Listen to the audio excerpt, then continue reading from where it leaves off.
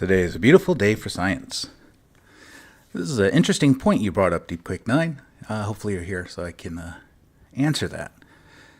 Niels is a very brilliant man. He's a genius, really is.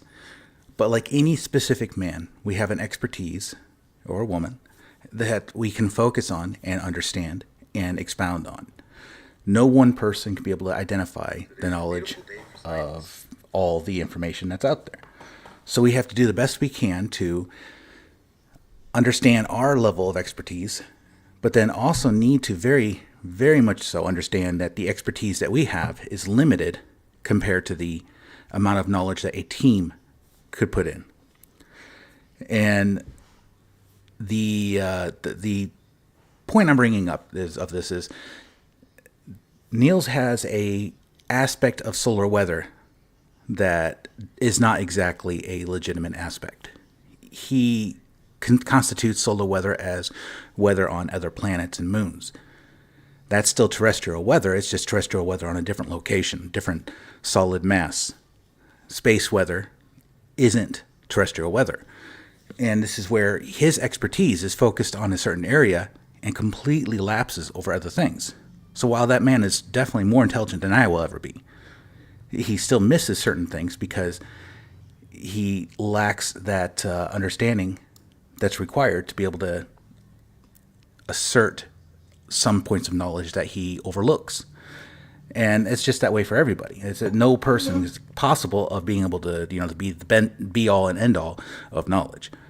And that's why I always refer to this channel being a community of knowledge, because myself, I could never be capable of answering all questions and understanding everything, no matter how hard I tried or how long I invested in it.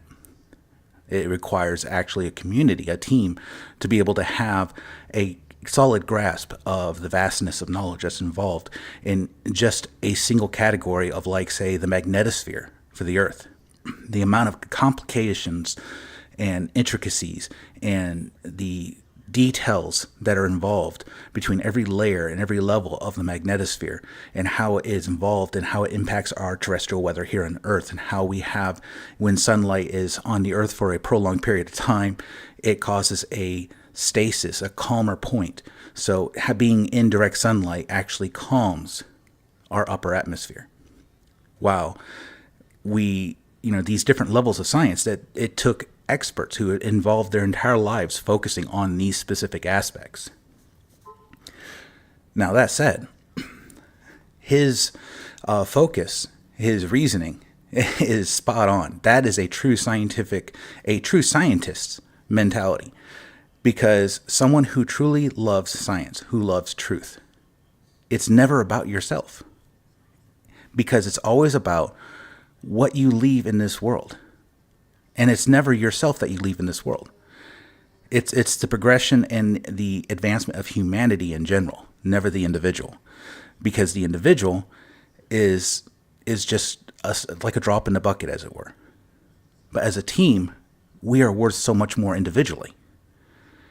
As a team, we make a value that's way beyond anything we could ever imagine.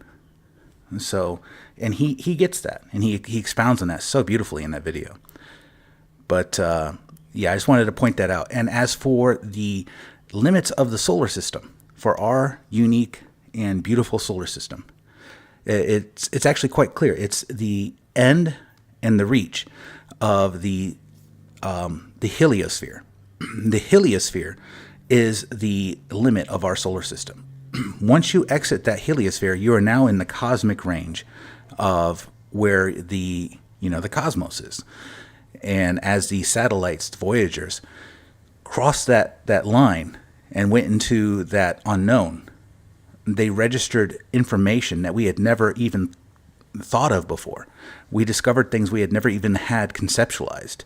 So, once again, finding all new parameters to study, a new life of science being developed, a new person's career and focus being given meaning. It's wonderful.